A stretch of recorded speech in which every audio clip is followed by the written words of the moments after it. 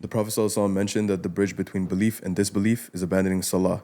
If you're struggling with your Salah right now, well, we got the perfect solution for you. And that solution is the Athan app. This cell phone, we usually have it and it's using us instead of us using it.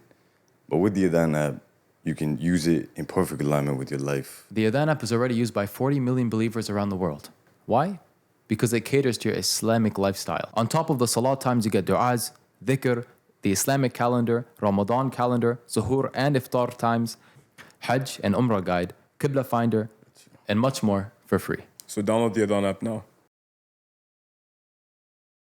Assalamu alaikum wa rahmatullahi wa barakatuh, and welcome back to the realest podcast in the dunya. The three Muslims. We're here with the home base again at the home base. Welcome everyone. Assalamu alaikum. How you guys doing? Wa alaikum assalam wa rahmatullahi wa barakatuh, bro. Alhamdulillah. How you guys doing? Good. I know, bro. You're not going to say much to today. be determined.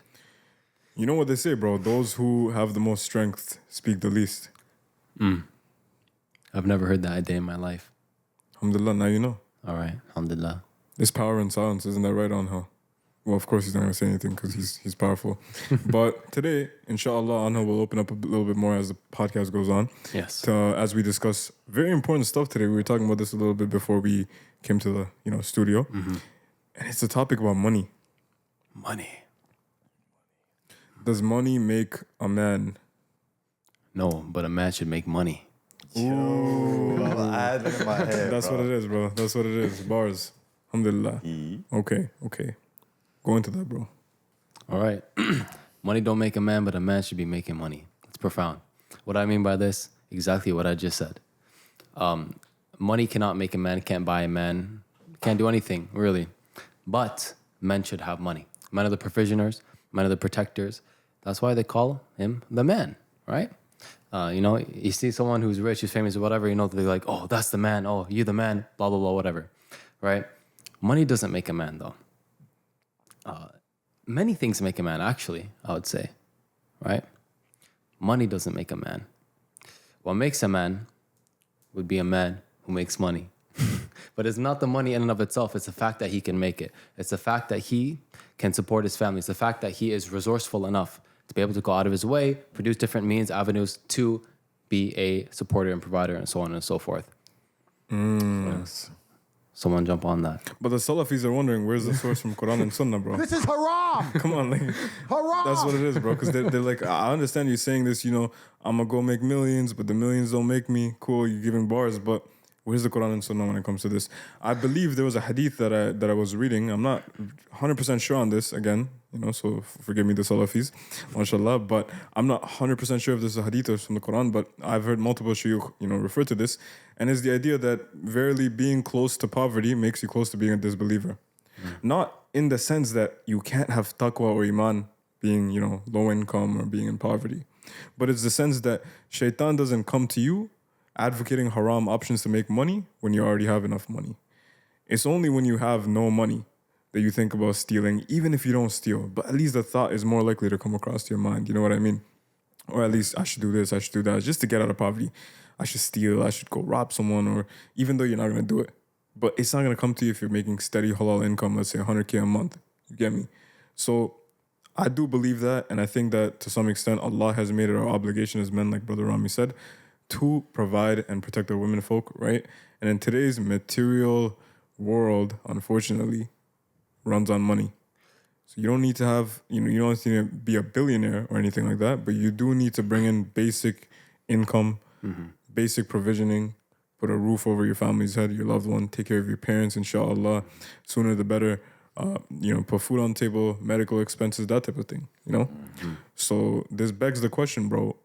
Why are so many Muslim men today not financially savvy? I think because they're comfortable. Because they're comfortable and they are focusing primarily on the akhirah, which there's nothing wrong with that. We should definitely be learning more about the deen, about Islam and all this, but when you focus primarily on the akhirah, then you forget the dunya. And there should always be a balance, and if you get married as a man, if you have a wife, at the camera, like looking at the people in their souls. No, you should be looking at y'all. I'm talking to y'all. Right? So if you're a man, you get married, then part or possibly the thing that might bring you into Jannah is your wife 100%. or your kids. And vice versa. Yeah. So, okay, as a man, like Rami said, money doesn't make a man, but a man should make money. Right? So, if your job as a man is to be the provider, how you going to do that with no money? Yeah. If the woman that you have, your wife, is an opportunity for you to go to Jannah if you actually take care of her and fulfill her rights, how you going to do that if you're not making any money? Right? Like, how you going to feed her if you're not making any money? How you going to feed yourself? How you going to feed your kids? How you going to take care of your family? Yeah. You know, like, how can you do anything substantial in this world if you don't have money? And maybe I'm ignorant in saying that. Yeah. Yeah, 100, not 100% you're ignorant, but 100% to your point. Like, yo. Yeah, 100% you jahil. 100% to your point. I do want to jump in here and kind of clear something up. I can't speak on you guys' behalf, right? I'm pretty sure we'll be on the same page, inshallah. I'm not talking about people who are not super wealthy. I'm not super wealthy. I'm not talking about people who are poor. I'm talking about people who are not go-getters, who are not hard workers, people who maybe they grew up very comfortable, like you mentioned, in life, and they don't focus on expanding their avenues to make more money. That's what I'm mainly focusing on. And I see that, and that's what I'm trying to get at too. Yeah. Again, like I said, maybe I'm ignorant here, maybe I'm just not explaining it correctly, but there are some men out here, Muslim men, who they choose not to go hard and make that money. Yeah. And therefore they say, well, you know what? It's okay for me and my wife to go 50-50. Yeah. You see, now they've given up the provider. Yeah. Now they're basically like, the woman's a provider as well. Astaghfirullah. You know, or they get to the point where they're not providing anything. Yeah. And then they're over here depending on their woman, and the woman's paying for everything. We're not against women working with context and a woman having her own money, of course, because that is un-Islamic to say otherwise. But what we are saying is most women love to feel secure, and security is extremely important to women. It's not the money in and of itself that a woman wants you to have, but it's the symbol of security, trust, reliance that women are lacking today, bro.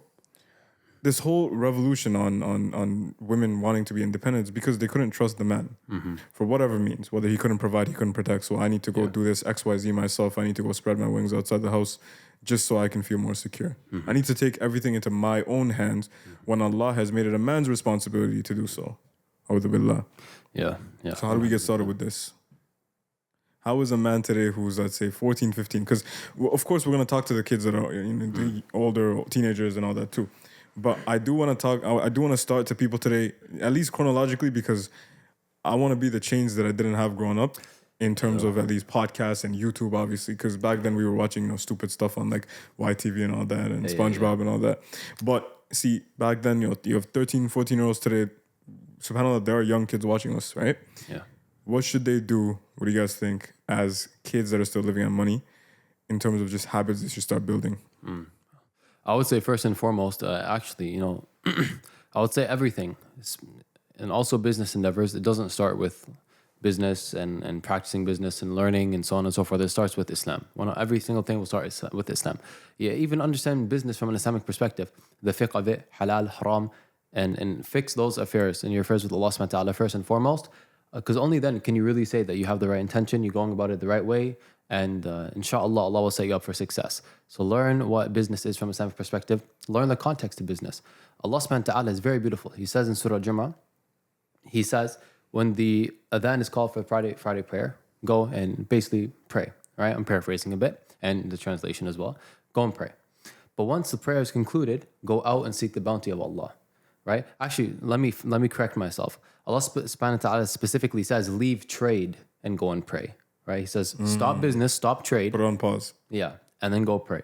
And then once it's done, come back and seek the bounty of Allah, or go out and seek the bounty of Allah in the world. So we should have the same context that we're doing business until it's time to pray. fulfill our obligations, right? Do what we need to do for the sake of Allah subhanahu wa ta'ala. And it might have to do with our families as well, right? Obligations towards our families, ourselves, our loved ones, Allah subhanahu wa ta'ala, so on and so forth. And then go out and seek the bounty of Allah. And I'm going to give the floor to you guys to talk more so about what comes after that. See, bro, what you said reminds me of when I went to Saudi Arabia for Umrah. Yeah. And then I went to UAE as well. Things are different there, bro. When it's time, see, wallahi, it pains me to get DMs from brothers and sisters today saying I have a job and it's a good income job that I'm going to take on, inshallah, and it's going to require me to miss Asr or Dhuhr prayer, or I'm going to hit all of them except Maghrib. What should I do? And it reminds me of when I went to Saudi, and subhanallah, bro, when it's time for Salah, all the stores have a barricade, a gate, restaurants, everything just goes on pause. As soon as the adhan is called, all the stores close. Just like you said, trade stops. Mm-hmm. And storekeepers start walking to the masjid. People outside that are cleaners start walking to the masjid. Everyone that works at a fast food place starts going to the masjid. And they pray. And things cannot open and resume back to business until 30 minutes after the adhan was called. Meaning that not only do you go and pray, it's enough time for people that are not near a masjid to go to a masjid. And you come back and you resume like nothing happened. Mm-hmm. Because nothing revolves around work, bro. Everything revolves around salah and taqwa, keeping Allah in mind. So that's one thing I wanted to just touch on your point. But a practical point that I'll give, and inshallah it's a very profound and applicable one, that I started doing in my life was the rule of 10%. Have I told you guys about this? I heard the 80-20, but I haven't heard the 10%. See, this is going to be something that could either make or break someone's saving account. And we're going to talk into, cryptocurrency and investments, obviously, in the future, inshallah. But just for the sake of saving money, I think as 14-year-olds, 13-year-olds watching this, it's not too early to understand and learn the skills of saving money. And one of the most important thing is the rule of 10%. So basically, from this moment on, anyone watching this, right? I don't care if you're 10, I don't care if you're 20, I don't care if you're 30, I don't care if you're 80 years old. Every dollar that enters your bank, you're going to save 10% of it into a separate account, non-negotiable. You're not touching that account. You're not taking money out of that account. You're not going to be low on your funds, take money from that account, and then when you get paid, put it back into that account. None of that. That account is strictly going to be the 10% account.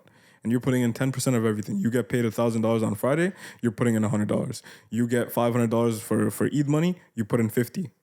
No matter what it is, even if it's chump change, you're just putting in 10% of it. I don't care how young you are, you're going to start this now. Over time, you're going to notice this is going to be a lot of money. And for anyone watching this that's 30 years old, 40 years old, if I ask you a question, if you save 10% of everything you made in your life thus far, how much do you guys think you would have in that account? Probably a lot, but we didn't. I started doing this 2 years ago. I'm not going to air anything out, but let's just say it's an amount that I probably wouldn't have saved otherwise. And this doesn't mean you spend 90%. I'm just saying this is a separate account for just 10%. There's other things we can talk about for your portfolio, how you should break it down, put it into finance, put it into investments, put it into real estate, other stuff. But I believe minimum 10% should just go into the savings account. It's a very good way to start. You can get a little mini. I don't know if piggy banks are halal, bro. Like the Khawarij are gonna take everything out of context, bro. They said piggy bank, bro. Pigs are haram. Listen, we have piggy banks in Canada. It's basically a little thing where you put your loonie or your toonie or your quarters, anything you get. But have something if you don't have a bank account. If you have a bank account, ask your parents to open one. If you don't, say, hey mom, hey dad, I want to open an account. I want to learn more about saving money and I want to get more financially savvy. But 10% of your income goes a long way. Mm-hmm. So how do they start making any kind of income to be able to save? See, the 14-year-olds, 13-year-olds that I'm talking about are the ones that get the income from said chump change. Mm-hmm. Like, here's some Eid money. Here's some gift money. Your grandmother comes here. Abuelas come, parents are not there. Abuela slips you like a $50 note. You put 5 of that into that. That's what I'm talking about. I see. Obviously, we're going to talk about as the ages go on into later teens and early adulthood, early adolescence, when you start, making money at a job, then it's way more easy. You have cash flow coming in. You can put 10% aside. But for everyone, no matter how much you have, you can't tell me that you're spending more than 90% of your income. Otherwise, then you shouldn't even be on YouTube watching us, to be honest, to be frank. You should be doing something else with your time. But 10% of your money, I think, is bare minimum. And this is something that you might think it's not much now because you only probably make like $50 a year because you're so young. gift money or Eid money or whatever. But wallahi, this is a habit that you must foundate right now. You must find the habit right now, build this foundation. So in a couple of years, when you're making money, you're making, let's say, 10K a year, then you're making, inshallah, 5K a month and 5K every week, inshallah, if you can get to that point, maybe even more, inshallah.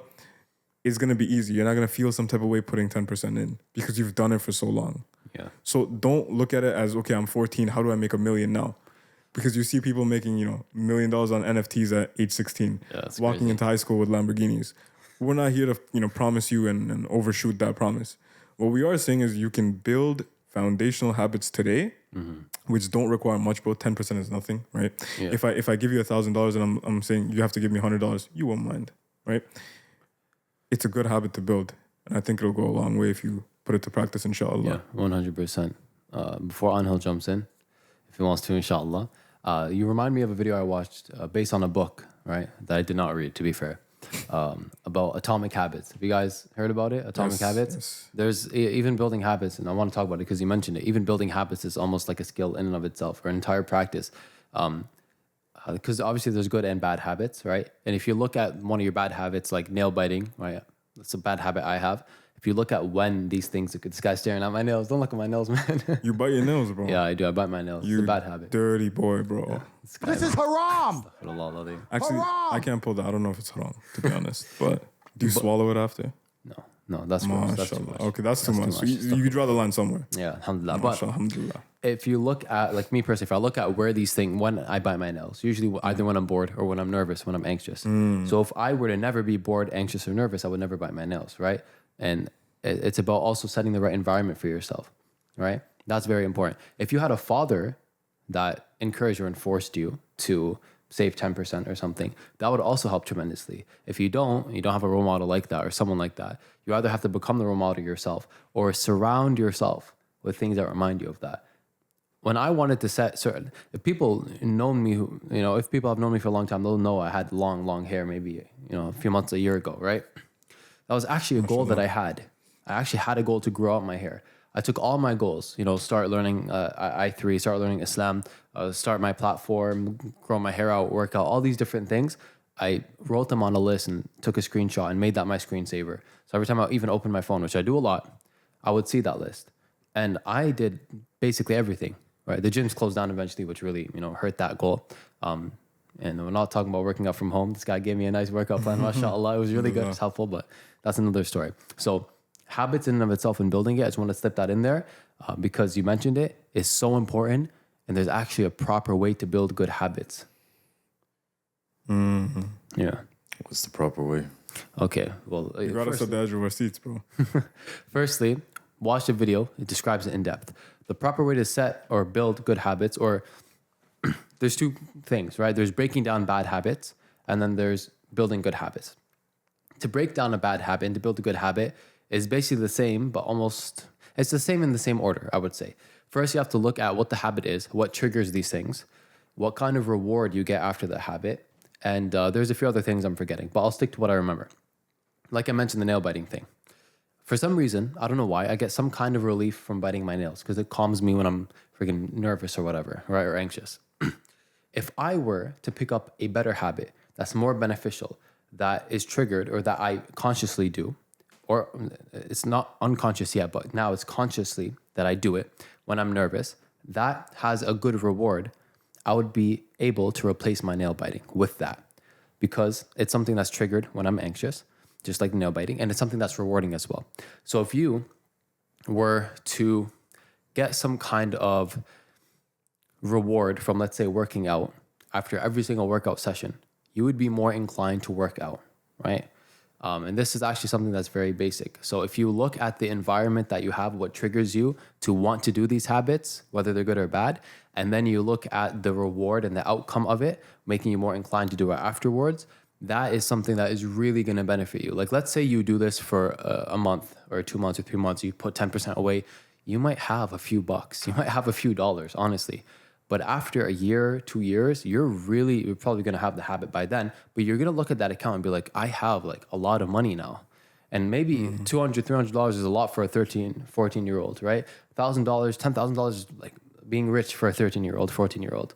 But when you see something like that, it's only going to encourage you more. And the hardest stage is in the beginning, building those habits. Money is one of these things, unlike fitness and other pursuits in life, that it's actually extremely difficult in the beginning. Stuff like fitness, let's say losing weight or gaining muscles, is actually really easy in the beginning, bro. You make most of your progress in the noob gains phase or early on. You've been working out 5 years, it's probably 10% results every year after that. It's very difficult. But with money, it's the opposite. The more money you have, the easier it is to make money. So with money, the hardest thing is to begin. So what Rami's saying is true, because you need to have these skills and the psychology and habit building that too, and the money will come. I know you guys are waiting like, okay, what stock should I put my money in? What cryptocurrency is going to take off? Which NFT project is going to the moon? What you guys are saying is like the unsexy answer to like all of this, these questions that I have. But the reality is, wallahi, you're never going to make money until making money is not your priority. It's something greater than that. It's who you're becoming in the process, like, Elliot House says on his channel. Yeah. I don't know, bro. You got to say something. I don't know, Rami. It sounded like he was about to say something Bro, else. Bismillah. Honestly, I really do. So just to touch on that point there. How dare you? Just to touch on that point there. Having a goal is really important, especially tying into what I said initially about having the right niyyah. Because if you have the goal of making money to be rich, can you really turn to Allah and be like, I had the right intention, I want to be rich. But if you have the intention of being wealthy enough, resourceful enough to provide for your family and to help those in need, mashallah, that's a beautiful cause. That's a beautiful intention to have. And that's something you should capitalize on. The next thing I want to say is another very unsexy answer, I guess you could say, which is, as far as I know, personally, we're not going to tell you what stock to invest in, which cryptocurrency to invest in. You're going to do that yourself. You're going to find something that works for you. You're going to find something that you're good at, that you can capitalize on, or multiple things, and you're going to invest in those things. Maybe it'll be a podcast, maybe it'll be a YouTube channel, maybe it'll be a business, maybe it'll be some services, products, goods, whatever it might be. You're going to find that yourself. And anyone who's going to come and tell you, oh, do this, invest in this, and do this cryptocurrency, blah, blah, blah, maybe they're telling the truth, maybe not. Maybe they're just trying to sell you a course so they can capitalize on their avenue, right? Allahu alam. Many courses out there. We're not selling courses today. We're just speaking honest, hard, truthful facts. I think the one thing that I want to add to this is something that my roommate a long time ago told me, and he's a multimillionaire, pretty nice, mashallah. He has said that if you really want to get to the point where you're making a lot of money, I'm still trying to internalize this, by the way, so I am by no way, shape, or form a millionaire nor a multimillionaire. No, we're broke boys. Yeah, inshallah. One day. Inshallah, though. Alhamdulillah. Yes, sir. Yes, sir. So what he has said is you treat it like a game, right? Like you guys played games, obviously. I think every guy has played video games.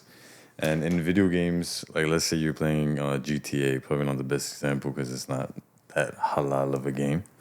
What? So playing GTA or you playing, I don't know, some kind of game, right? And in this game, you can make money in this game. Now, let me ask you something. When you're playing this game, is your focus ever to make the money in the game? No. Nah. But you need it to progress. Exactly. How are you going to buy armor? Exactly. Of course. But it's like Faiyads said, like, the priority is not to make the money. Was it you or was it wrong? Okay, it was you. Bro, you said the priority is not to make the money, right? You're playing this video game, your priority is not to make the money. But you need the money to get more armor, to get more weapons, to progress in the game, right? Now, as you play the game, as you start becoming in this game, whatever it is that you're doing in this game, you start making more money. You start having more currency. Maybe you're fighting more bosses, you're getting more loot, whatever the case might be, right? But the fact is you're making the money. You're not trying to make the money. It doesn't feel like you're doing anything really that substantial to make the money. And at the end of the day, it's a game. You're enjoying just the yourself. means, bro. Right? And that's what my friend, he said it, that it should be like that.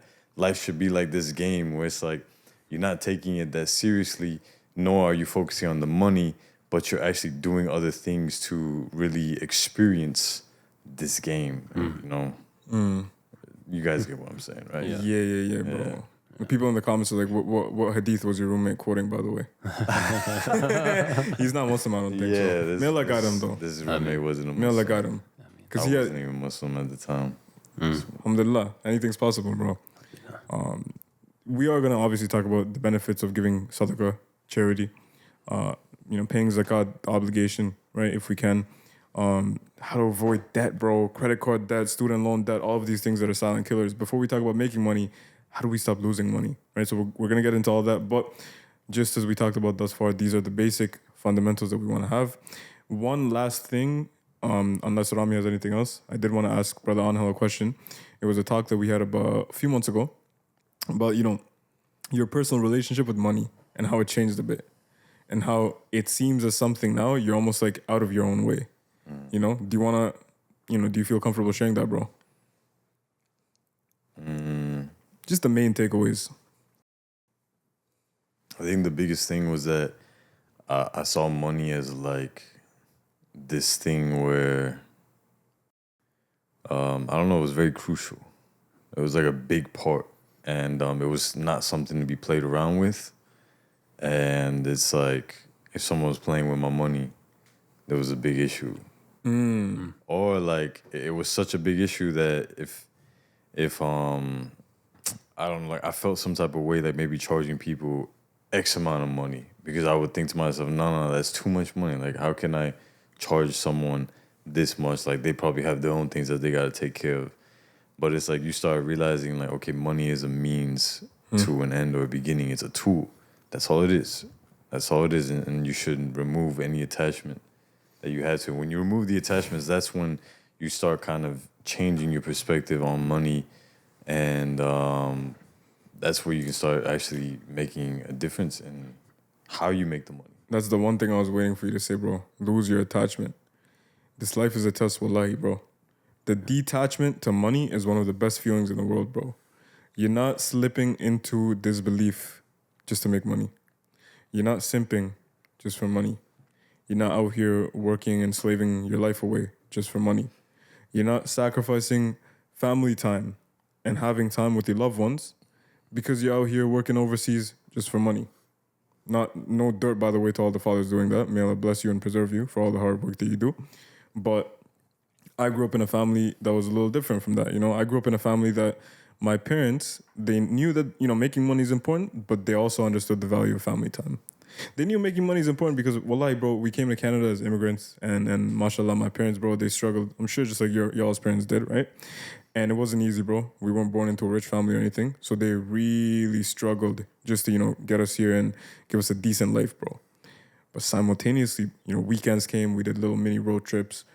Every few weeks, we went on little holidays, whatever we could, just to keep that kinship, that tie with our family, that bond strong, So imagine how much more, and subhanAllah, Rami, we were literally talking about this before. Most of the people wouldn't work and put so much time into a job, right? If they actually had money so they could do more of what they love and more things for the sake of Allah. So money isn't necessarily something that makes you shallow or materialistic or something that's evil. It could actually be your ticket to getting more good deeds and staying away from sins. So I think the way we look at money should change, and it should no longer be this thing that we're like, too shy to talk about and we're afraid of making money. It's almost like you're afraid of success. You can make 6 figures a year. Inshallah, you can even make 6 figures a month, maybe even more than that. It's not too far away. You just have to do the right thing for long enough, inshallah. Yeah. Bro, and I just want to add, before I became a Muslim, I was engaged. And the fiance, her, I don't know, we just had a little connection. Yeah. Connection right there. But when I was engaged, my fiance's father at the time, he had brought this thing up to me where he was like, the money that you have is never really yours. He's like, money is like, it has to be in constant flow. And if you think about it, like, you didn't make this money, right? You took it. And I think there was another video, I don't know if it was Imam Gadsy or if it was Andrew Tate who had said this, but you're never making the money yourself. You don't have an actual money-making machine. You're taking it because of something that you did. You provided a service, You took It's it. just- It was it's an cash equal flow, exchange. cash flow, yeah. It was a flow, right? You provided a service, you got the exchange. Now that you have the money, let's say you want that ice cap. You got to give the money, right? They're not going to give you the ice cap for free. Yeah. It's like when we were in Walmart, we were about to get that water for free. But nah, you said, you know what? No, I'm going to pay for this. Hold up, what? Yeah, no, relax. May Allah bless you. But what I'm trying to say is that there's a constant flow, right? Then that's what the father was trying to tell me. He's like, there's the money's flowing. So it's like, if you want this, then you got to pay for that. And then if you want to sell something or you want to do a service, then you get the money back. But you can't hold on to money. If you hold on to money, you block the flow of money. So if you are stingy, then it's like you stop receiving. Right? So it's like when you realize this, you realize, okay, well, if there's a constant flow, if I keep giving, if I give more in sadaqah, if I'm more free with my money, well, then I'm going to receive more in return. And I think that's just another big point that needs to be brought in because people, we get very stingy with money. 100%, bro. This will tie into, inshallah, what we should do with our money. And Rami, quick time check, bro. What are we looking at? We're on how? We got 20 minutes. 20 minutes? Okay. Minimum 20 minutes, inshallah. Okay, cool. With that being said, if y'all don't have anything else, we can definitely discuss how we can make money, the basic fundamentals of it. I think this should take another episode too, maybe, but inshallah we'll try to go over the basic fundamentals today. Do y'all have anything before we go in? I want to give a disclaimer just about myself, real quick. This is not financial advice. And more of a disclaimer about myself. As opposed to these two brothers here, mashallah, I've never had any real bigger business endeavors, to be completely honest. So everything I'm saying is completely theoretical from my perspective. From their perspective, mashallah, it's a lot more practical because they've done it. For me, it's a lot more theoretical, at least at this point. Bro, I'm still learning, to be Just honest. a little, bro. I'm still learning, bro. Yeah, You might know more than me, bro. Subhanallah, who knows? Bro, all we're doing is sharing what we've come across so far. Yeah, That's what it is. 100%. That's it. Inshallah, it'll help. Okay. Inshallah. First, most important thing. This is the fundamental thing that y'all must understand when it comes to working and making money is you have active income and passive income. These are the two big things that we want to talk about. So what's the difference? Active income is, there's multiple categories. You can work at a job, right? So you are an employee. You can work for someone. You can either, hire people and own a business, like an employer, right? But it's still active income because even employers do, they trade time for money, stuff like that. You could be some trade or anything like that, right? This basically, even if you work for yourself, this is still active income. There's a link between time and money, work you do versus how much money you make that hits your bank. Passive income is different. These are things like business owners per se. These are people that they've done the work, they've opened the businesses. Now they don't do anything. They have people to manage everything. They kind of. I'll give you an example. Do you have an ice cap on you or no? Yeah. MashaAllah. Let's pull this up, bro. I'll give you a wonderful example. Inshallah, we don't want to spill this on the Rodecaster Pro 2. MashaAllah, there's a lot dropped on this. It's very expensive equipment, but right here, over here, editor, you can zoom in on this. Bismillah. We got Beebs Crew or Beebs Brew. I don't know, rather Beebs Crew. Beebs. What is this? Justin Bieber, the musician, the artist, the R&B or whatever he does. I don't know what he does now, but I don't even think, to be honest, he's ever had an ice cap. I don't know. I don't know if he even knows what coloring went into this font or the logo or anything like that. You can put this back, by the way. Bismillah. What I do know is he made a deal with them to give Tim Hortons coffee company in Canada the rights to use his name to promote this, Beebs ice cap or whatever. Literally tastes the same to me. I don't know about you. Yeah, right? I don't know what Beebs Brew is. But here's the thing. Does he trade time for this? Does he come into Tim Hortons every day? No. It's just an endorsement that makes him the passive income through using his title or I should say allowing Tim Hortons to use his title and his name to basically make all the money that he makes through the royalties or the sponsor or whatever. Other, extremes, we already talked about it. You have a business owner, right, who doesn't do anything. Just business is just doing itself. Other people are maintaining it.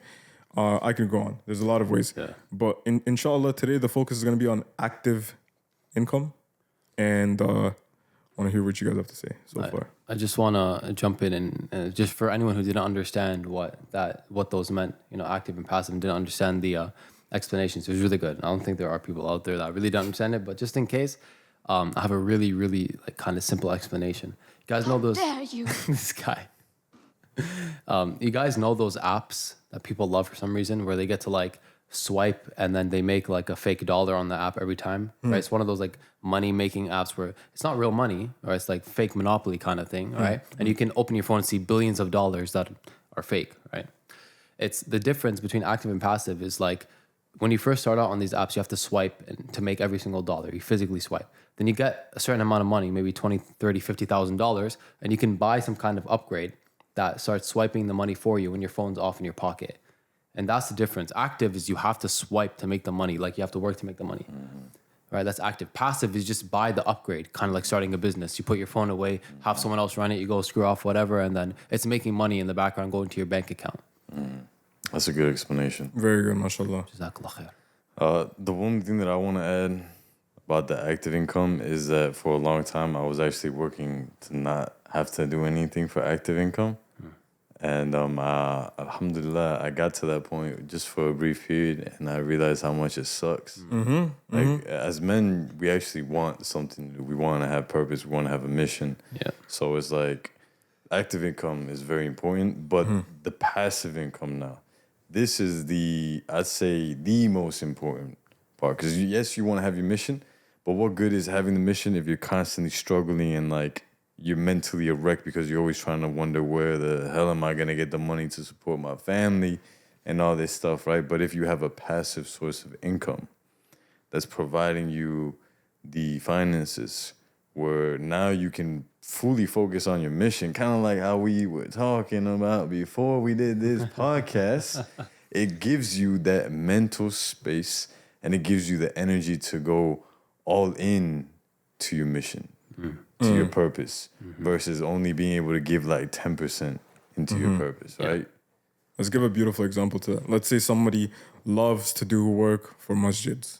They love to open new masjids. They love doing fundraisers and stuff like this. But here's the thing, bro. They got kids. They got a family. They got people to feed. They got people relying on them, right? So what do? They can either spend most of their time working at a job, active income, right? And less time doing what they really want to do. Or they can realize that, okay, I have a goal, let's say 10 years, 15 years. Eventually, I want to get there to a point where I have passive income. So I have the money coming in because of what I've done.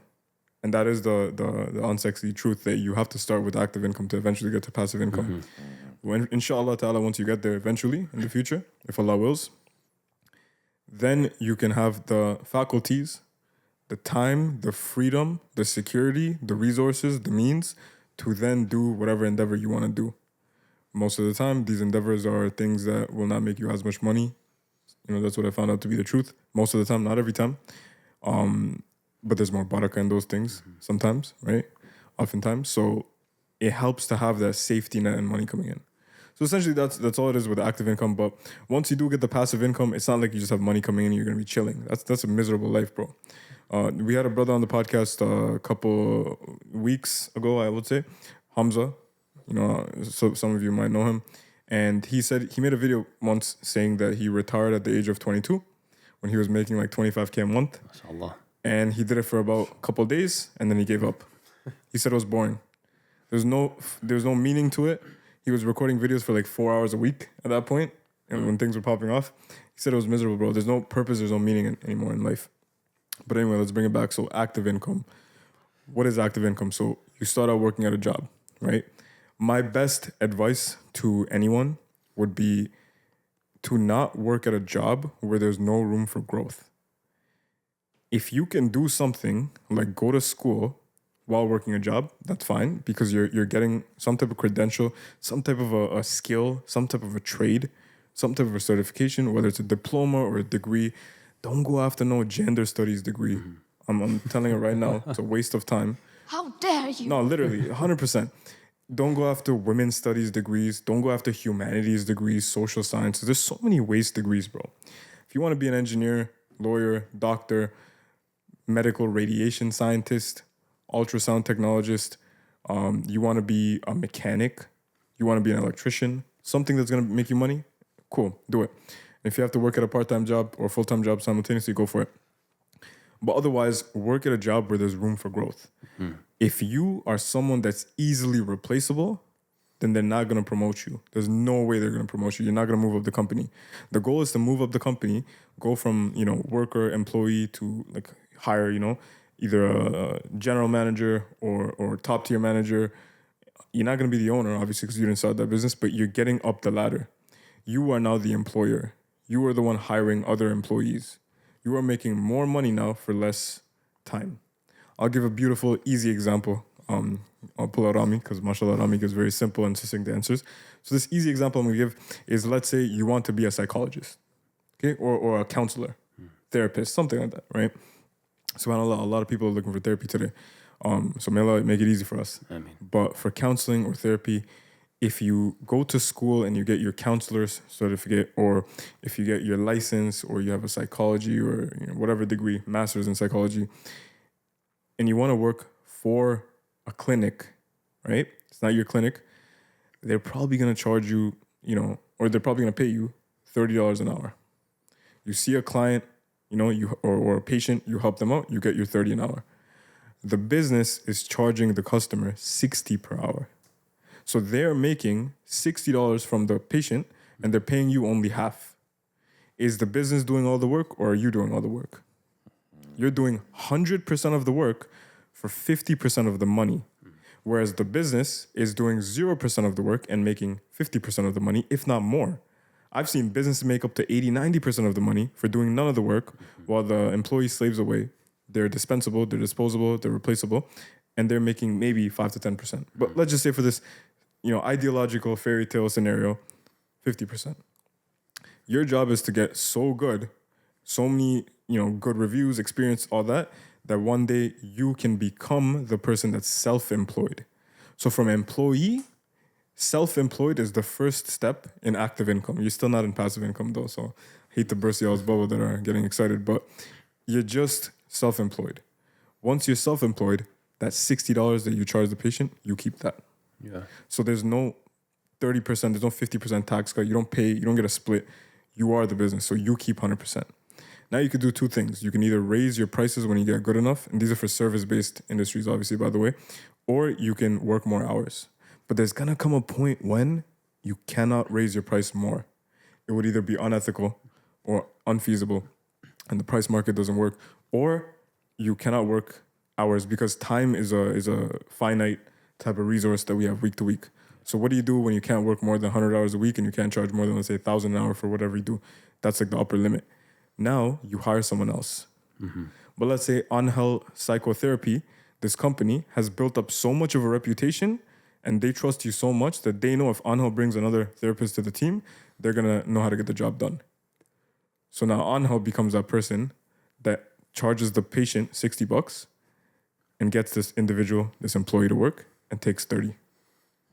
So now you're making 90 per hour. You're making the 60 from your own hour and you're making 30 from taking their. But you're not going to hire one person, you're going to hire a couple.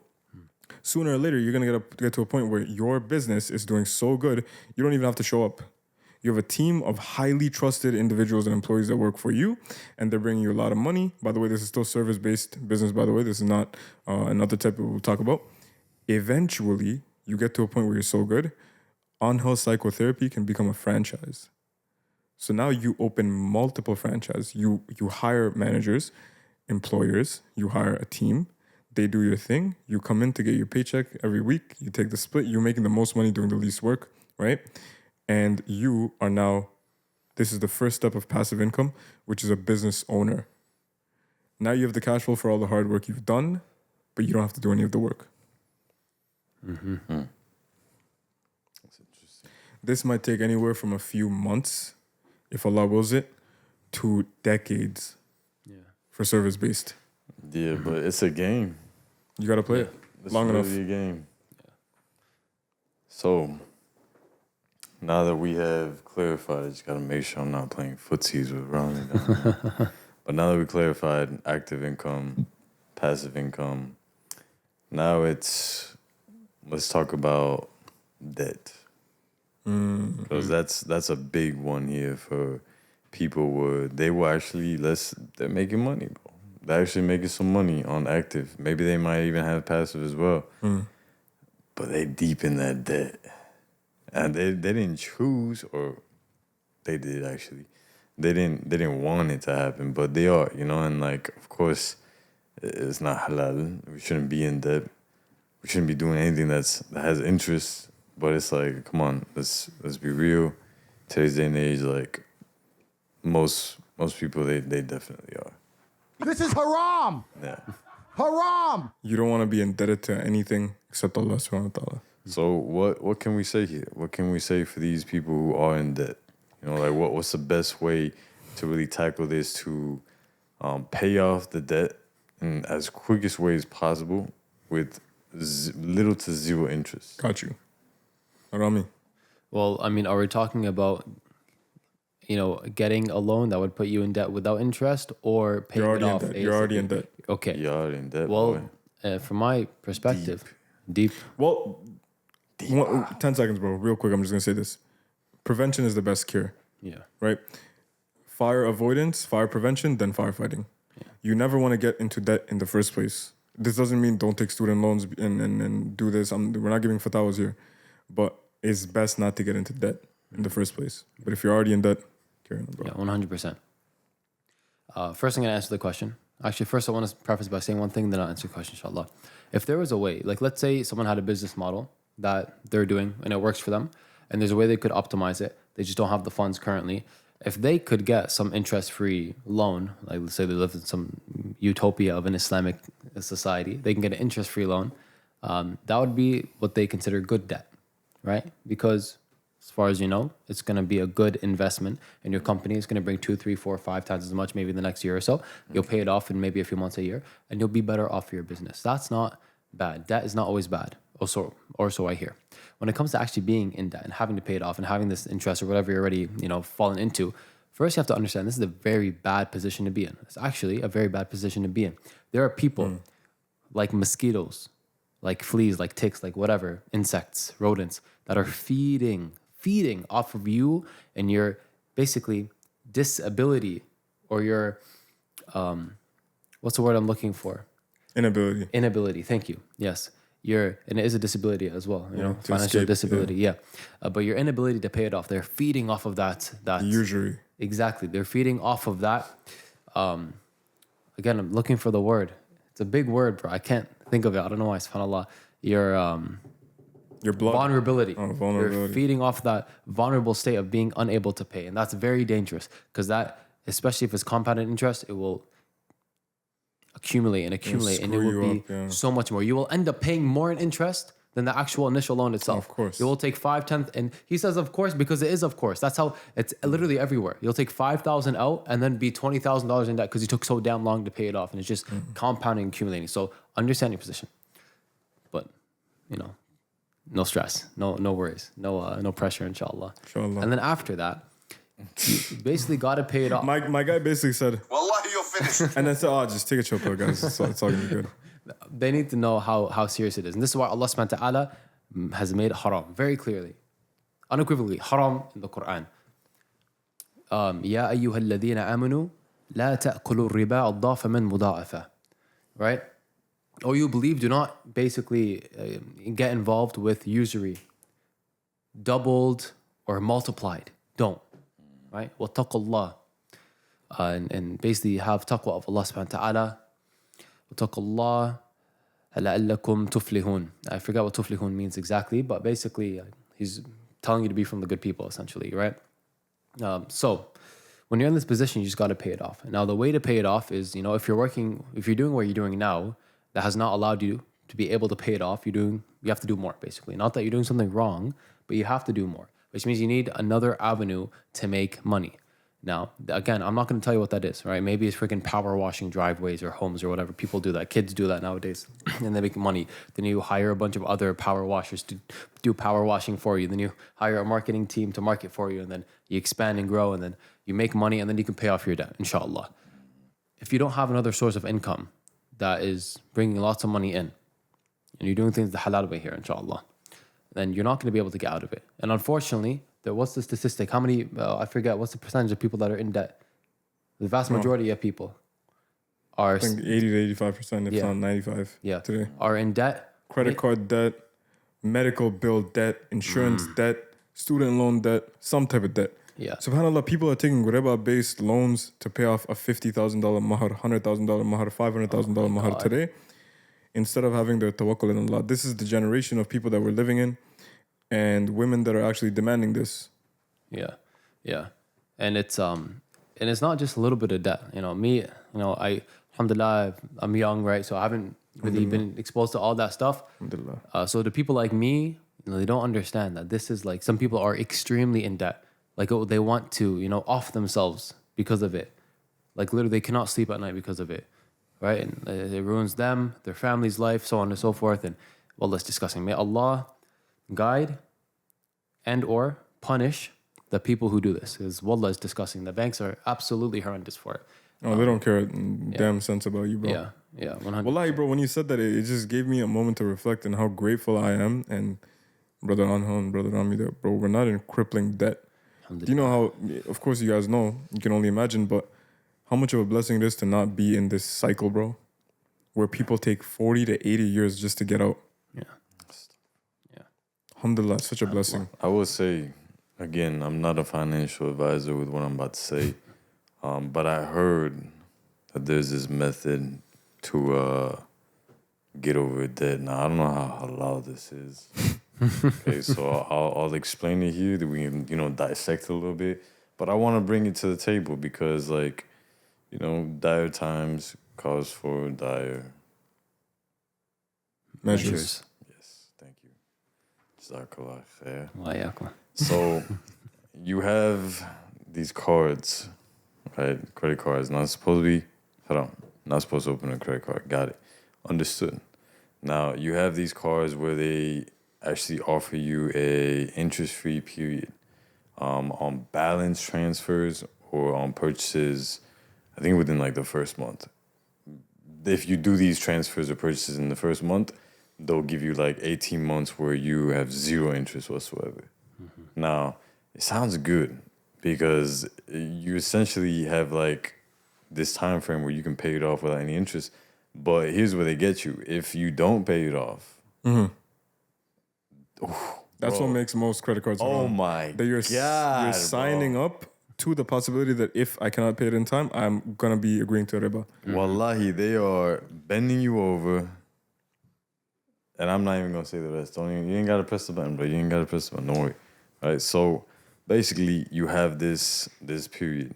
Now, I've heard of people, what they do is, let's say they had a card open right now. And this card, they're being charged interest monthly. They have, let's say, for example, 5K in debt. Now, they can keep the 5K in this card and keep paying the interest every single month, or they can open this new card here. And now they have 18 months. They have 18 months, right? 18 months where they can transfer this balance over. Now they have the 5K in this new card where it has zero interest. They can pay off as much as they can. And then once that card is coming to an end, they open another card and then they transfer that over there. Now, look, I'm not saying this is halal, nor am I saying this is even the best way, because I think this would actually kind of mess up your credit score. Yeah. But I mean, again, dire times cause for dire measures. So this, I don't know. What do y'all think? Do you think this is something a little too extra that people should be doing, or do you think it's a valuable?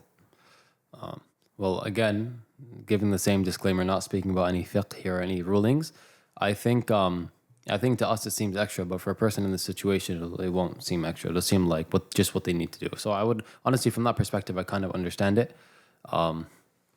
Rest assured, they're probably not going to get a loan after that. After 2-3 cards, they're probably done. The credit score is back at 150 or something. I don't think it lowers it too much. Allahu Alam. I wouldn't know. And Again, we're not financial advisors. Yeah, so. no. I think when it comes to credit cards, it's crazy. But the more credit cards you have open, the better your credit score is. But doesn't that also depend on if you can pay your stuff off and On time. Yeah, when no, and of how? course, but it's weird. But like, the more cards you have open, the higher your But a credit credit score score is basically a ranking you have in the matrix, if you really think about it. They want you to open more credit cards. They want you to get more loans and pay it off, obviously, to seem like you're progressing in something. Now, I'm not here anti or pro credit scores, obviously. But there's ways to get a decent credit score permissibly. Yeah. And I think we should put that first and foremost and rely on Allah for a risk. At the end of the day, that's where it's coming from anyway. Yeah. But as Brother Anghel said, bro, these credit cards are dangerous. But it's crazy. Like you said, it's like this credit score is part of the matrix. Or it's like, what's the credit score really for? It's for To take another loan. to take another loan. To take a rent mortgage. an apartment, Finance a car. finance a car, get deeper into exactly. So it's like they want to know, like, yo, how good are you at this? How good are you at paying us back? This is haram. Haram. Damn, bro. It's like, that's a gem for y'all right there. Yeah. Yeah. 100%. No, wallahi, bro. Like these are things that no one talks about or thinks about. But let's say this. You're already someone deep in credit card debt. You have years of student loan debt. Now you're getting on deen. You find out that it's a major sin, bro. There's going to be a shield, bro, that's going to be made for you so you can face off against Allah and His Messenger, sallallahu alaihi wasallam, on the Day of Judgment. For anyone that even deals with riba. This is not something that is a game, something that we should take lightly. I don't want to go against them. SubhanAllah. I don't want to. So what do? Sleep well? MashaAllah. Oh, those ones that sleep well. I like that, bro. Do you have reminders too saying drink your water? I do. I have those on my phone. This guy. I need reminders for that, SubhanAllah. Otherwise, I'm not going to drink any water, bro. But main thing here is, bro, you done made me forget now, bro. I pulled it on, bro. Guys, how about we wrap it up and we make a very concise thing for people? Part 2. We could make a part 2 for sure. But definitely But concise. we just make a little concise like summary of what we recap of what we got. Today's more of like just some ideas about financial literacy that people might want to know. A couple gems here, right? But again, guys, these are always unscripted. Yeah. So you either love us or you hate us. You know, we're not here making scripted lectures. These are not university, college, tutorials or anything like that. Yeah. But it was a wonderful episode nonetheless. Yeah, alhamdulillah. We're not selling a course here. All right. So what you pay is what you get. You're not paying a thing. So this is what you get. Inshallah. That's funny, bro. SubhanAllah. The last thing I'm gonna say is I think it was your line. No risk, right? No Risk. Yeah, that's not what I said. That's what he just said. I just wanted to say because Rolls off. I've been learning. MashaAllah. MashaAllah. Bro, what do you think about Angel's tajweed right now? MashaAllah, in a year. Mashallah. Alhamdulillah. It's actually a lot better than I thought it would be. Barakallah feekum, bro. MashaAllah. Yeah. Nah, it needs work. It needs work. Bro, my teacher needs work. It's so good, bro. He about to recite Surah Al-Baqarah right now for you. Bismillah. Bismillah. Alif Lam. Nah. This is haram. What? How's that haram, bro? You didn't say A'udhu billahi minash shaitanir rajim. Ooh. I'm just joking. Damn, bro. How dare you? All right. This is enough, guys. We're going to keep spamming this soundboard right now if we don't wrap it up, inshallah. It's over midnight right now. We are absolutely cracked right now. All right. There's so much energy, but we're also sleepy at the same time. It's probably why the energy's been a little all over the place. But please smash this like button if you made it this far. Out on all streaming platforms, Apple Podcasts, Spotify, SoundCloud, Google Podcasts, Soundbox, you name it. There's too many to mention right now, alhamdulillah. But please share this with someone that needs this message of saving money. It could be your mama, it could be your grandmama, it could be your daughter, it could be your pet dog that you have outside as a guard dog because you live far into the countryside, permissibly. Do your thing, do your due diligence. And with that being said, Anghel, close it off, bro. And remember, Smile more. Money don't make a man, but a man better damn sure be making that money. MashaAllah. MashaAllah. And with that being said, Allahumma atina fid dunya hasana wa fil akhirati hasana wa qina adhab an-nar. Assalamu alaikum wa rahmatullahi wa barakatuh.